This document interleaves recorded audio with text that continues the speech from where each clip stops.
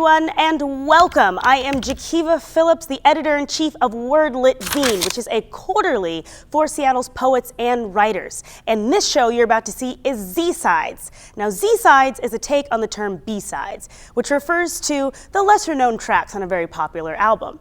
Well, in this show, we're going to bring Seattle's underground scene to your very home. We're going to be talking to all of Washington State's poets, writers, storytellers, tastemakers, troublemakers, and so much more.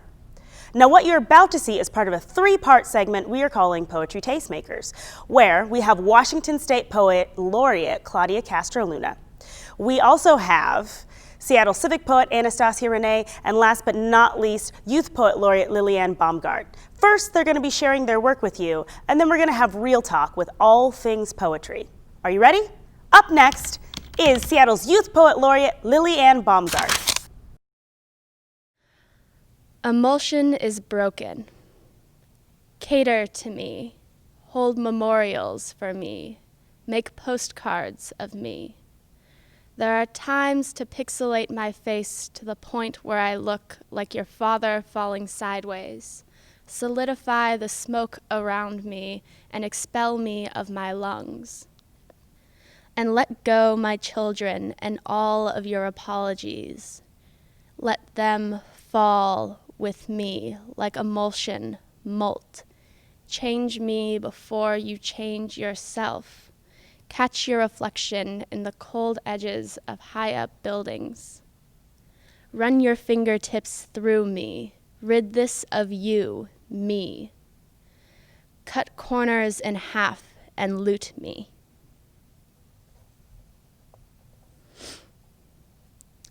A picture of my father in autumn.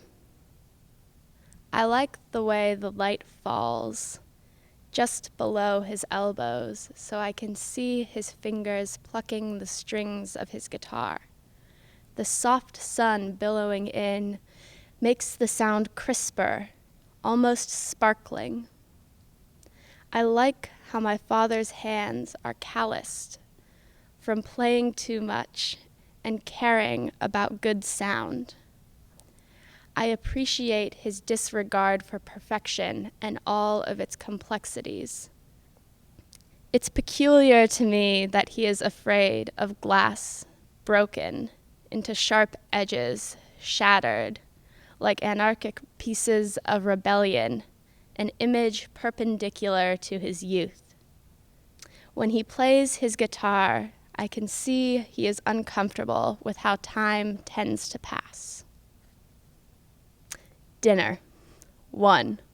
The fat on my stomach gives space to, lends shape to, melts away, fully, like butter, rich belly-loving, mama's food-loving, chubby cheek child, light-loving, tree shadow-living, loved climbing, too fast-talking, rooted happy feeling, cut clear and clean, showing me how to cook, full-bellied meals, for Sundays, switch days, left me feeling whole. 2. Mama's pancakes are a shortcut to happiness. If you are to be forgotten, it will be in a river of trees with long limbs. Let the memories drip like honey from your spoon. Today is slow like hair growing, slow like sweat rolling off of your neck. You must be cherishing your brothers, for nothing else looks as lonesome as one man breathing in thick air and no one to save him. Eat. Save yourself for small steps into mud puddles. Feel the earth give way to your feet. The vines that hang from trees are yours to tangle. 2 spoons to hold the roof together. In retrospect, all I had was 2 spoons, one metal for eating with, and the other wooden to quiet the dripping water from the ceiling. Last January, it was miserably gray, and a raccoon took refuge in the attic. Since then, the roof has leaked, even when it isn't raining. We were two women more afraid of ourselves than the other. And we never hugged or kissed or held hands in public. And we didn't say, "I love you" enough, in case our voices could be heard through the cracks in our roof.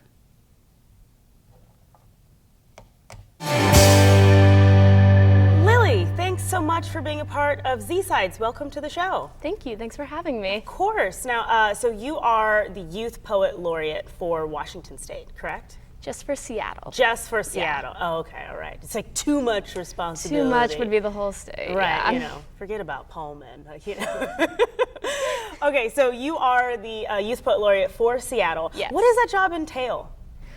Basically, it's just like however much poetry I was doing before, times like a million. Okay. It's super fun. It's just like, I've just been able to immerse myself entirely in poetry through readings and teaching workshops, and going to a lot of events that I wouldn't have been able to before because people are like, "Oh, you actually are a writer. Come to this." And I'm like, "Thanks for noticing it now."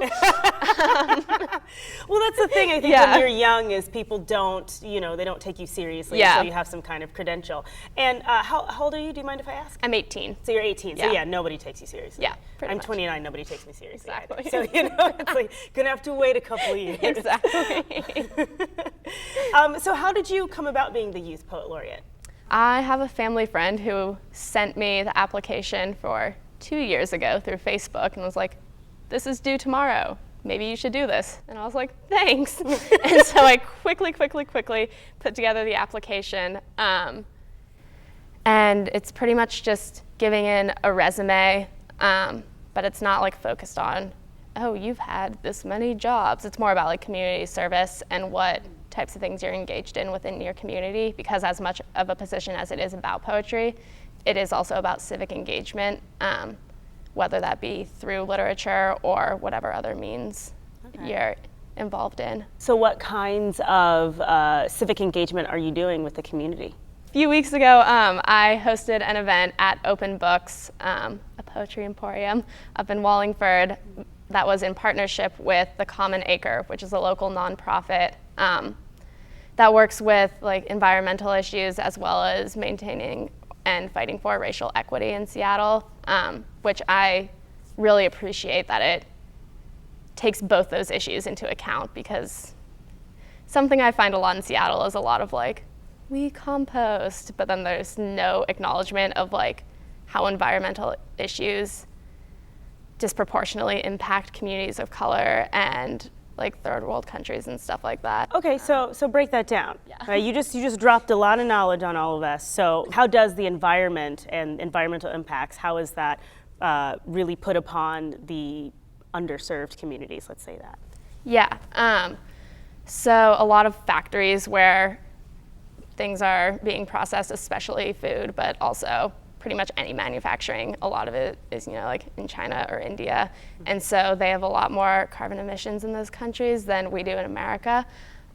So a lot of countries in like Southeast Asia specifically suffer from a lot of more pollution and poor air quality and more extreme temperature rises than cities in America. But then you have cities like Seattle, where if you go down to South Park, which is a lower income neighborhood than like Capitol Hill, the air quality is also a lot poorer down there. It's also right next to the Duwamish River, which is like one of the most polluted rivers in America. And then on top of that, you have the different prices of food, where organic food and produce is a lot more expensive than chips and soda. Oh, totally, yeah. So yeah, families with lower income often buy unhealthier foods, which are produced in more unethical ways, but they just don't have the option to buy other things because it's not plausible. And I feel like that's something that gets overlooked a lot, where it's like, just buy healthier food, and it's not that simple. Yeah, right. That's not an option for everyone. Yeah. So how does poetry tie into all that then? Yeah, I set up this event because I think creativity is just as important. I think it's a good way to process all of this really heavy information. And I also think that it's still a way to start a conversation, even though it's a bit lighter. So my goal was to kind of like have those stereotypical Seattleites who compost and buy organic, but are just ignorant and oblivious to this whole other part of the system, have a bit of an introduction. Start with poetry where they feel comfortable, start with what they do know, and sort of like sneak in these other slightly heavier topics in a safe and comfortable environment. Yeah, I like that. And so with the project that you did at the Poem Emporium, was it people sharing poetry that they'd have written about the subject, or what kind of happened there? Or was it like a workshop where people can write poetry about the things that they went through? What was happening there? It was a reading before. I had invited a bunch of local poets who read work that was not necessarily just about the topic, but more just about like nature and food in general, because I think those are ways that communities come together when you're eating food at a potluck or whatever, and nature is something that a lot of poets write about. Myself included. Yeah, it's always around us. So I kind of just had a general theme of that, and then I read an essay by Umar Muhammad from his book Confronting Social Injustice in a Time of Individualism, I believe is what it's called. Okay. But we can look that up later. Yeah, we'll Google it. Yeah, but it's a really good book, highly recommend it. And then after that, I had put up little like question cards all around for people to start having discussions with each other. Okay, so I love that intersection. What other intersections are you doing between like poetry and different communities? Yeah, I've been focused a lot on that work because that's something I'm really passionate about, and the Common Acre has been a part of my life for a while because the founder of the project lived in my apartment building for a while, and he'd be kept in like the back alley, and I'd go out there and hang out with him and stuff. So that's always been like a part of my childhood and growing up. But we also have a lot of like our previous Youth Poet Laureates. Maven Gardner, who was our last one, focused a lot on homelessness and youth homelessness in Seattle because that's something they had experienced personally. And before that, Leigh Jafar focused a lot on what it means to be like a Black woman in Seattle and in America and combating anti-Blackness, which is obviously something I'm passionate about, but that's not my place to be like, I'm gonna set up a workshop and be like, hey Black people, yeah, I'm gonna exactly. teach you something. Yeah. No, you can't do that. Yeah. But the fact that you're aware of it and you're using your position as Youth Poet Laureate to bring that to the forefront is super important. And I think that that's a really interesting take on using poetry as activism, which is definitely one of the things I think that poetry still has a place for in society. And I think that what you're doing is super great. So earlier you mentioned that you teach workshops also? Yeah. So what kind of workshops do you teach? And are they just for kids or are they also for adults?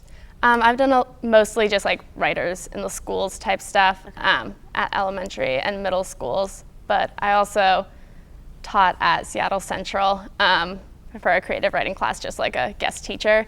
And that was definitely, I was like, I'm younger than you, and I like feel like you shouldn't be taking me seriously, but thank you for taking me seriously. Hey, you earned title as yeah, Youth Poet Laureate. exactly. You need to wear it. Wear Yeah. it with pride. Well, that's super wonderful. Like I said, I'm loving what you're doing. It's part of the reasons I wanted you to be on this show and this talk, because poetry is still very much alive in Seattle. Who was I talking to the other day? I believe it was Quentin Baker, and he's like, when's the last time? Like, a moment for Quentin. Just a moment for Quentin. So we were talking, this is maybe a couple months ago, and he's just like, who buys poetry anymore? And it's like, that's kind of the reality is people don't think of poetry as much. And part of the reason I wanted to do this segment specifically is to show that poetry totally has a place for things. And I think you are definitely creating a space for people as Youth Poet Laureate. So congratulations to you. So what's next? Next, I don't know exactly. Yeah, I mean. Well, you have a book out, right? Yeah, I have a book. It's called Admitted to the Personal Ads. So that's done. I guess my next project is just, I was a little bit scared, being like, oh God, I've already like published a book. I don't know where to go now. It's very exciting, and I'm very, very thankful for this opportunity, but also part of me is like, that's the goal I've always had. Like, because I was like, oh, that's going to be so much later in my life. I'm going to publish a book, and then I'll cross that bridge, my next project, like when I come to it. I haven't thought about it a ton. I guess just like keep on writing and trying to use the connections I've made through having this position to keep highlighting voices that aren't always mine, but those that need to be heard. And just, I love the writing community so much in Seattle. Yeah, our writing so community is good. It's fierce, it's mighty. Yeah. But it's not like Chicago, or certainly not like New York, where it's super cutthroat. Oh, Everybody no, not here at is all. still nice. They're so nice, which is surprising because Seattle's so famous for being like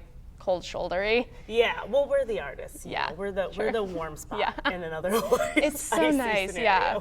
So I'm really excited to just like keep working in Seattle's writing community, and I love everyone. They're so nice. I can't get over it. I just like am continually surprised, and my heart is always warmed like when I run into people and they're just so open-hearted and welcoming and just like willing to work with me. Yeah, they're great.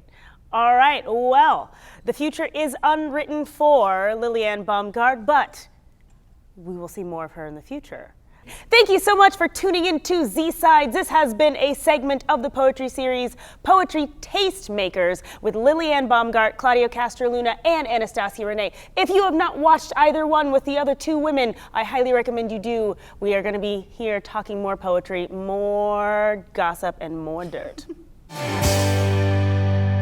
Jakiva Phillips here, your host for ZSides, and I have a panel of 3 lovely ladies that are going to teach us all about how to balance our work life with our writing life. Sounds like a bit of an oxymoron, right? But like I said, I got 3 people here that are going to tell us the secrets so we don't have to fear. So please welcome Youth Poet Laureate Lillian Baumgardt, our Washington State Poet Laureate Claudia Castroluna, and last but not least, the very lovely Anastasia Renee, Seattle Civic Poet. All right, so let's talk shop, ladies. Now, I really want to know one very important thing about this extravaganza that is balancing work and life, because it is too hard. Now, I know that both Anastasia and Claudia, you have children, correct? Mm-hmm. How, just please explain this to me, because I feel like it's taken me 8 years to even get sort of writing my book. I feel like if I had children, it would take me like 25 years to get a paragraph. So how do you two do it? How do you make it happen? Well, I must admit, when my children were younger, I still felt the urgency of like, I have to do this. And when they went to bed at 10-something, I would get my writing stuff together, and I would write from 11 to 2 a.m. and then I would get up at 6 a.m. and go teach. I don't think everyone should do this, no. But that's what I needed to do. I also incorporated them. It was like, mommy's gonna journal write, and I would get them journals too. So I found ways to incorporate them in my writing life so that it wasn't always mom's just isolated and the kids are over here, to the point where they'd be like, Mom, what's the poem of the day?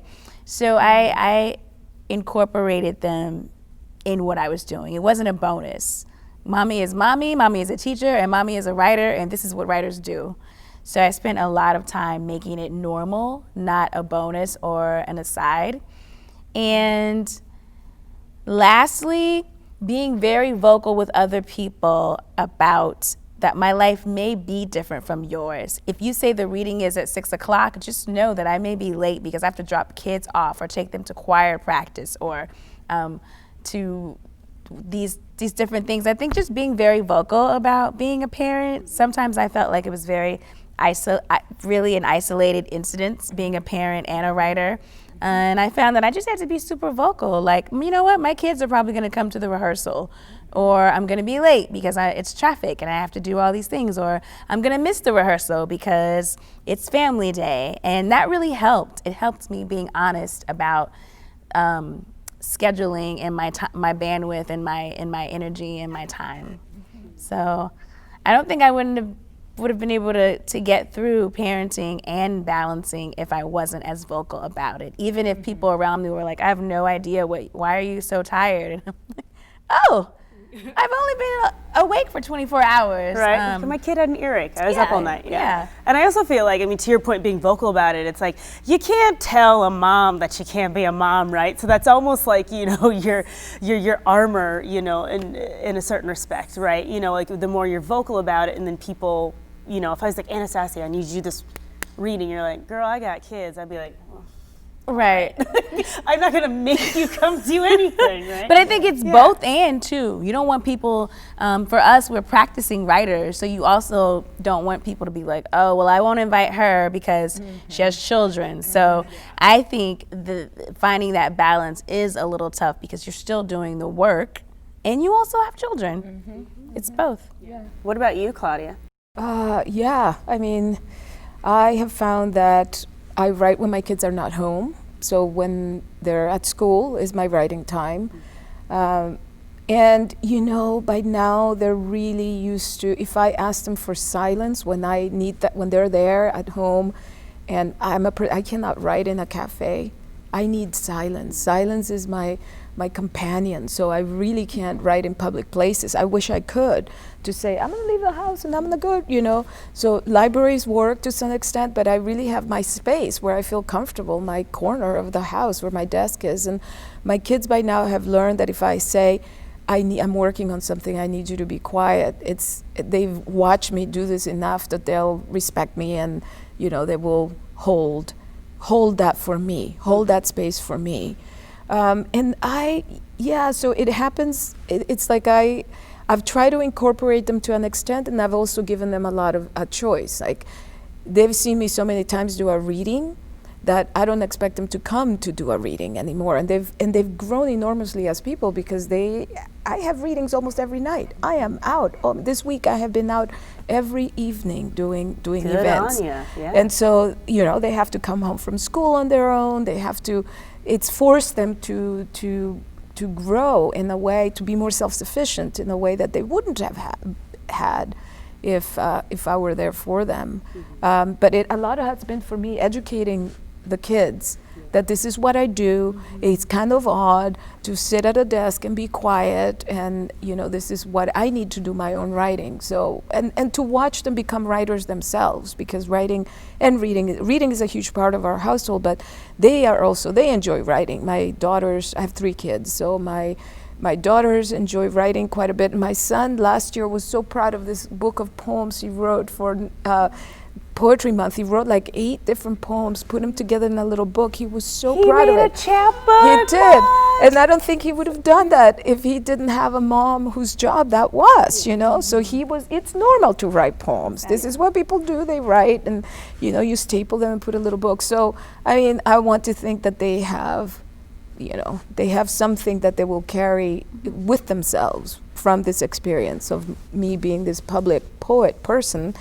And yes, it takes also demanding from others to understand that you are a mom, because I do agree with Anastasia that there is not a lot of people who balance both, because motherhood is so demanding that it is a huge job just by itself, and writing is also a job that requires deep commitment. And so to have these 2 things and to balance them, I think there aren't a lot of people who throw themselves at it. Yeah. One of the things I've talked about in past issues of WordlitZine is this idea of like build your writing life into like your schedule, your everyday schedule. And it seems like it's almost like you guys have done the opposite here. Like you've built like your schedule around like, your life has kind of been around your writing, right? Like you incorporate that with your kids. It's not just something like from 3 to 4 p.m. I write, and this is how it fits into my life. It's that my life fits into my writing. And I think that's a genius way of looking at things. Perhaps that's the secret to being a mommy writer, who knows? So Lily, you have a more similar experience to mine, which I think is the idea of being a student, but then also being a poet, a writer, trying to produce work that way. How do you balance all that? Because I know that, you know, as much as we'd all like to, your life is not just writing poetry, you have other responsibilities. So how do you handle that? Not super well all the time. Spoken like a true 18-year-old. Yep. I like writing poetry so much more than I enjoy going to school that it's really hard to be like, I'm going to sit down and do the things I need to do. and then work on poetry. I am much more a fan of poetry comes first. I mean, like, I missed school today to be here very gladly, very happily. I was like, this is just like something I want to do and enjoy. Not that I don't enjoy like learning, but I enjoy. But this is your wheelhouse. This is your Exactly. house. Yeah. Now that I know you skipped school, I'm going to use this as blackmail. She skipped school today. Lily, I got proof. So you try. So you try to balance it. That's what you do. You have your own like ritual that you do that helps you kind of center, like, you know, dealing with work and dealing with school and dealing with all this, even though you don't want to be there, you have to. Yeah, I let my family and friends know, like, hey, you're gonna need to keep me accountable because I'm bad at doing that for myself. Like, if you see me just writing and not doing homework and not keeping up with classes and being like, oh, just 10 more minutes and then I'll leave for work. Like, It's like you said 10 minutes, 45 minutes ago. like, close the book. Tell me, like, stop it now. You need to go, like, do these things. It's definitely, I rely a lot on my family and friends to help me keep myself accountable, which is, it's nice, actually. I mean, it takes some of the pressure off, and also they know that I'm there for them, too. I cannot be responsible for my own self. Lily, just too much of a poet to be responsible for her own self. Hearing your stories about like fitting writing into your lives, and I feel so lucky to like just be so immersed in this already that it's not something I think about of having to put poetry into my life. Like, poetry is just what I do, and yeah, I feel really lucky to be able to live like that and not have to think of it as an extra thing to fit in. Yeah. So, if you're having trouble doing that whole work-life balance, maybe you need to do a little bit less of this and a little bit more of this. You know, make your poetry a bigger part of your life there, or your writing, if you're like me and you're a writer. Either way, make it happen. This has been another ZSides episode. Thank you so much for tuning in. We will see you next time.